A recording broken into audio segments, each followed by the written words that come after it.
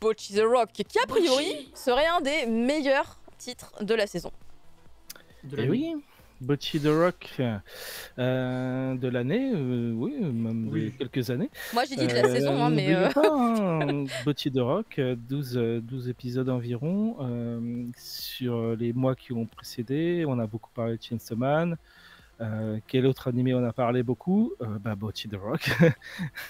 Et pas Rosai Matsuura, par exemple. Alors, C'est vrai, hein. c'est Ah là là une là là réalité, hein. Tu regardes Twitter, rien que ça, voilà de quoi on parle, Bocchi the Rock. Pourtant, le scénario est assez simple, hein. C'est l'histoire d'une jeune fille qui est très introvertie, donc qui a une grosse anxiété sociale, qui s'appelle Hitori Goto, qui donc le vit très mal depuis très longtemps, depuis qu'elle est au collège.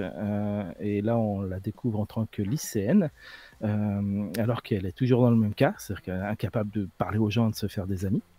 Par contre, elle est super douée en guitare, parce que quand elle était collégienne, elle s'est dit « Ah, si j'apprends à faire de la guitare et tout, je pourrais en parler avec les autres, et puis ça va me faire sortir le truc. » Non, en fait, elle est toujours pareille, elle est juste devenue super bonne à la guitare, au point où elle a une chaîne YouTube bien connue, voilà, où elle s'appelle Guitar Hero, mais elle reste forcément complètement anonyme.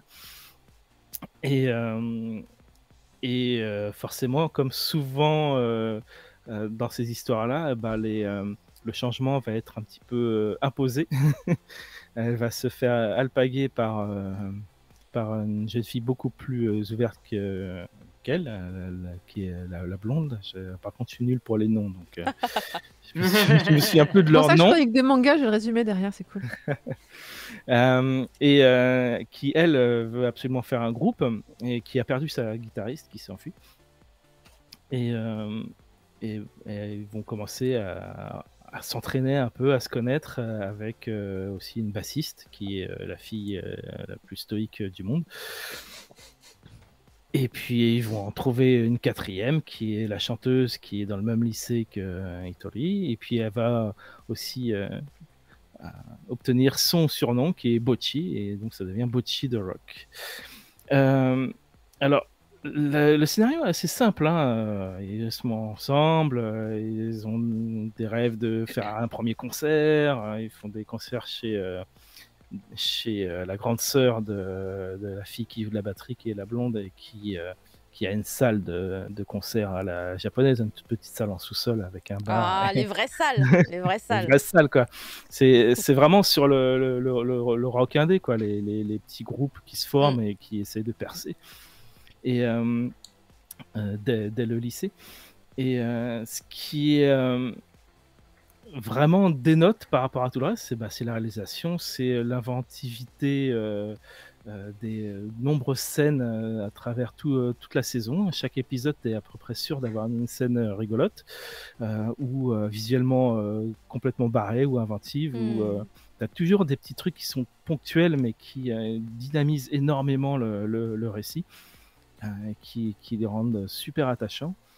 Il y a aussi tout un côté assez mature.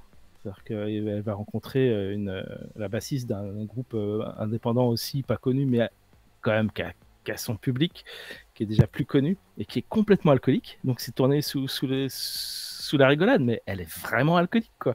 C'est un sujet plutôt grave normalement. Donc, mais il n'y a pas de jugement non plus, toi. C'est genre, c'est comme ça, quoi. Pour surmonter son stress, elle est tombée dans l'alcool et elle est alcoolique, et c'est la manière dont elle vit, quoi. Et t'as un regard un peu en arrière qui est ancré dans le réalisme, en fait, et qui fonctionne très bien. Et t'as aussi tout le côté hype, hein, faut bien le dire. Ça se passe à Shibuya, ça se passe à Shimokitazawa, qui est le quartier hipster le plus à la mode de Tokyo maintenant. Donc forcément, quand tu fais des plans de Shimokita, t'as forcément toute la jeunesse japonaise qui fait « Ah ouais, Shimokita, on se bourrer la gueule !» Et ça parle beaucoup, donc ça transmet beaucoup de choses, rien qu'avec les paysages et tout ça. On me demande si l'alcoolique est mineure. Non, elle est majeure, c'est une adulte. Et bien sûr, elle est complètement pétée, elle va dire aux autres: «Hey, buvez un coup», mais les autres, elles sont là: «Non, non, nous, on est enfants, on n'a pas le droit». Ça reste très, très sage à ce niveau-là, forcément. Et, t'as tout le développement qui est très, très bien fait sur Bocchi, qui va s'ouvrir un petit peu, mais rarement totalement. Elle va évoluer très doucement et c'est ça qui est aussi très intéressant sur le respect du problème qui est l'anxiété sociale, du fait que t'as pas de miracle en fait. T'arrives sur la fin, effectivement elle s'ouvre plus, mais elle est incapable d'aller plus loin parce que c'est pas magique. Tu règles pas tes problèmes d'anxiété sociale et de timidité maladive comme ça. Tout d'un coup, tu es sur scène et tout va bien. Et miracle, génial, dernier épisode, tout le monde est content, on a réussi à faire un concert. Non, non, ça marche pas comme ça. Ça marche un peu, mais à ce niveau-là, c'est aussi ancré dans la ligne, c'est-à-dire que c'est dur, et c'est un combat tous les jours et qu'il faut y aller doucement, quoi. Donc, sur les 12 épisodes, tu as un petit peu de frustration parce que tu sais qu'elle est géniale, tu sais qu'elle est très douée, et tu voudrais qu'elle ait cette reconnaissance et qu'elle puisse s'exprimer, mais tu es frustré sur la fin de dire qu'elle n'ait pas ce moment de gloire. Mais du fait de ce respect de ce problème d'anxiété sociale, tu l'as pas et tu comprends que c'est normal que ça soit traité comme ça, en fait. Et puis il reste la suite du manga, j'espère que ça sera en saison 2, voilà, puisqu'il faut que ça prenne le temps pour qu'elle sorte de sa coquille et qu'elle devienne une star, peut-être ou peut-être pas. Moi je suis prêt à voir la saison 2 dès qu'ils le veulent, parce que je crois que je suis pas le seul, hein, c'est vraiment la grosse perle la grosse surprise et la grosse perle de cette saison. Et... Oui. Quand tu as les refs en plus de rock japonais. Oui. Enfin, moi qui ai vécu pendant 10 ans dans les live-house, je te jure, c'est vraiment la vie des live-house. D'ailleurs, c'est un vrai live-house qui a été pris comme référence. Vraiment, tout est référencé. J'ai pu comprendre pourquoi est-ce qu'on donnait 500 yens à ces foutus live-house avec ça. Donc, c'est vrai que c'est très ancré dans le réel, mais... Il y a aussi plein de refs à Asian Beaucoup de références, oui. Les filles, elles sont... En fait, les noms... Et pas que le nom des filles, c'est le nom des 4 membres de Asian. Ouais. Ils jouent une chanson d'Asian Kung Fu Generation à la fin.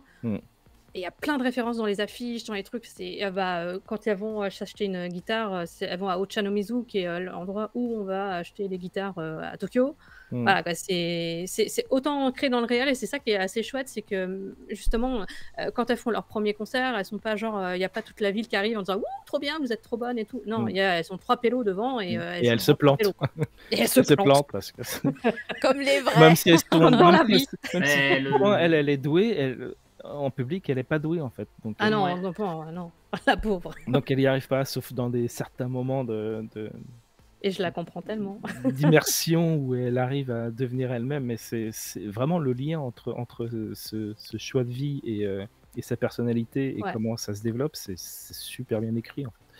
Donc je l'ai même pas entreaperçu. Ah ouais, mais tout le monde en parle. C'est clairement le Moi, je voulais pas le regarder parce que j'avais trouvé l'affiche moche. Et en fait, quand tout le monde a commencé à dire aux deux premiers épisodes, c'est trop bien, faut regarder, je fais bon, ok, d'accord. Moi, je l'attendais depuis un moment. Je ne regrette pas.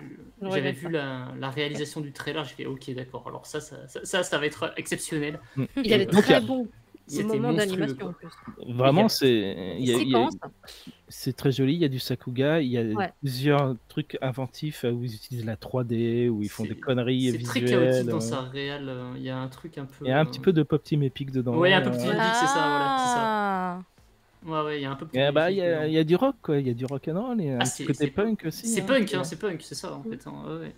C'est du J-rock pur, ce qu'elle chante. Mais... Totalement. Elle marche. Enfin, le groupe, parce que les chansons ont été vraiment écrites par des. C'est des vrais chanteurs. C'est des vrais chanteurs. Il y a qui les ont fait. Et le groupe marche vachement bien. Ils étaient dans le top de l'Oricon, enfin au Japon. Ça marche très très bien. Mais la série a été un putain de carton, même au Japon. Ça a été un super on parle plus de Bocchi que de Chainsaw Man en fait en ce moment. Carrément. C'est plus. C'est plus grand public en même temps. J'ai l'impression de revivre la bulle qu'il y avait sur Kéon en 2008 en fait. Ouais. Ah, Keion, ça avait bien marché, Keion. Ouais. Keion, c'est un carton. Hein. Ça a été la première série qui a fait plus d'1 million d'exemplaires vendus en DVD, je crois, ou en Blu-ray. Donc, c'est pas Haruhi Suzumiya? Eh ben non. C'est la même période, on est d'accord. Hein. Ouais, à peu près. Un ou 2 ans près. Voilà. C'est ça, c'est la même époque. L'époque de ces Kara design tout kawaii et un peu loufoque. Et d'ailleurs, c'est même magazine. Hein, ah ouais, en fait, non, sérieux? Ouais, c'est le Manga Time qui est là. Putain, c'est les héritières. C'est la dynastie. Il y en a beaucoup qui pensent, en tout cas. Mais ça n'a pas du tout le même ton en termes d'humour. La réalisation n'est pas du tout la même. Mais... Il faut absolument que je le montre à mon mari. Propre, hein. Ah oui, il va aimer. Bah, j'espère. Après, le truc, c'est qu'il va trouver le manga quelque part. Il va me dire, alors on est animé only. Alors c'est marrant parce qu'en plus le manga il a adapté, enfin l'animé adapte que 2 tomes sur les 10 épisodes là. Ouais. Et le manga on en est au tome 6. On est d'accord qu'il est pas du tout annoncé pour la France pour l'instant. Non, pas sorti en France. Alors ça va être compliqué. C'est un Yonkoma. C'est un Yonkoma comme Keion. Et Keion s'est vautré en France malgré son succès. Ouais. D'ailleurs, je trouve que faire un Yonkoma et faire un animé qui est aussi bien structuré au niveau du scénario, je trouve que c'est une belle performance. C'était la performance de Keion aussi. C'est le manga d'Ayo. En fait, il me semble, si je dis pas de conneries, que c'est les mêmes personnes derrière. Quoi? Mais non! Je regarde. Mais c'est fabuleux quand même ça. En attendant qu'il cherche, il y a une petite anecdote sortie sur internet, je suis pas sûr qu'elle est vraie, mais ça fait partie des légendes qui se créent. Les légendes. C'est qu'il y a une séquence en fait où Bocchi fait une crise d'angoisse et il lui donne une apparence de bug en fait, de glitch visuel, et la seiyuu fait un cri qui se transforme en une sorte de cri comme si un modem était complètement pété quoi. Oui, Et j'ai lu sur internet que l'ingénieur du son avait fric-tac parce qu'en fait la seiyuu a vraiment sorti ce son avec sa voix. Et qu'il avait fait, c'est pas possible qu'un humain fasse ça. Il y a beaucoup de refs aussi, même à d'autres animés. C'est rigolo des fois. Oui, il y a beaucoup. La ref énormément de refs. À Yamcha, Dragon Ball. Il y a Yamcha, il y a c'est assez. Ok, donc mon mari va adorer, effectivement. Là, je pense qu'on a atteint le point Évangélion est atteint, donc c'est bon. Oui, il y a beaucoup de refs à Évangélion. Mais écoutez, merci beaucoup. Ah non, il y avait une info qui devait nous trouver, Prof Isekai. Alors du coup, non, effectivement. Mais par contre, c'est la personne qui scénarise s'est occupée de Tower of God il y a 2 ans.